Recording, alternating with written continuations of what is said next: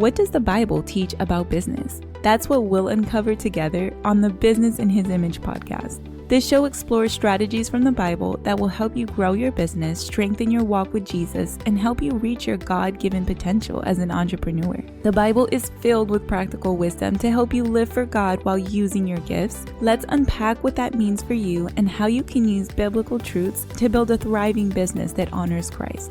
Now it's time to dive in.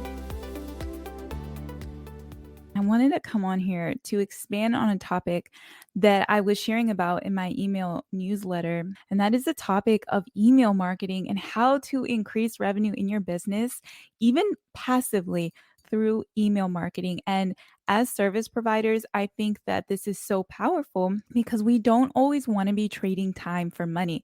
So if you're someone who is tired of trading time for money and you want to start exploring ways to expand your business in a way that's not going to burn you out and not take up even more of your time, then you're going to want to stick around till the end because I have some good tips to share with you. Now, I want to start by sharing with you something from the book of Ecclesiastes in chapter 11, and it says, invest in many ventures. Invest in 7 ventures, yes, in 8. You do not know what disaster may come upon the land. And this Bible scripture is near and dear to me because the Lord just kept showing this to me the past couple of years. And it's really spoken to me that it's important to diversify your income.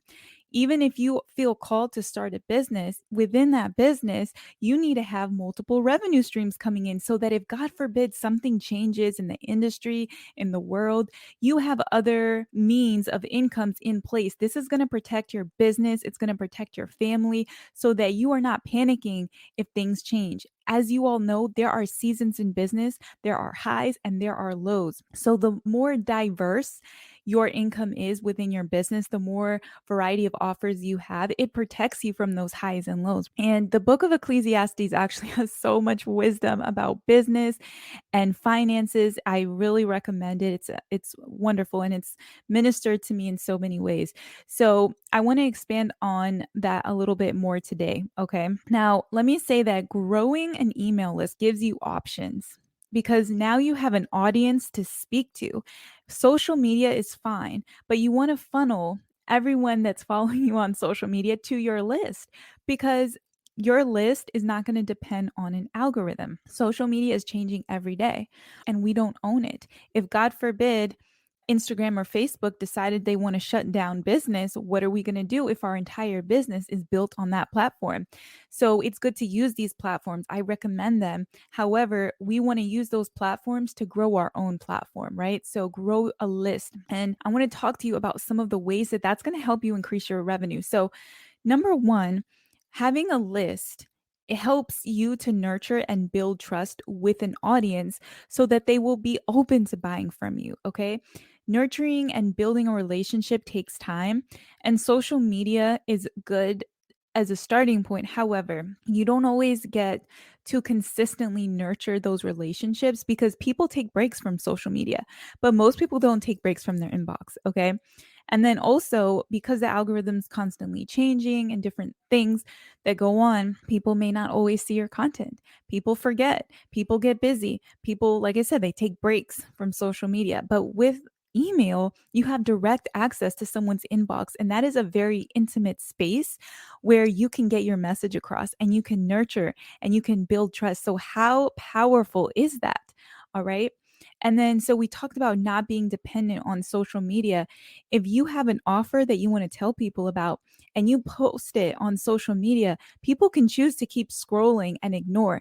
So you're competing with all these other people that are on there. But when you are in someone's inbox, yes, you are in a sense competing with other emails that are coming in, but it's so much more intimate and people are less likely to ignore your message, in my opinion. So it's just such a powerful tool. And then number 3, it gives you options to expand your business. So if you're a service provider and you want to create other offers to stop trading time for money, and you have an engaged email list, even if it's small, but you've been nurturing this list and they trust you, now you have people that you can sell to. right? But you didn't previously. So this gives you options. You can create digital products, you can create workshops, you can create virtual events, you can do so much. And that's just another facet of business so that you're not, like I said, trading time for money. So it's so powerful. I started just like you with no audience. I remember I had 7 people on my email list, and I was a little bit discouraged because I didn't know how I was going to grow my list.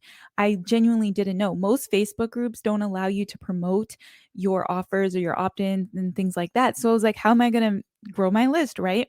So I got serious about growing my list. And I started finding ways and implementing certain strategies to be able to do that.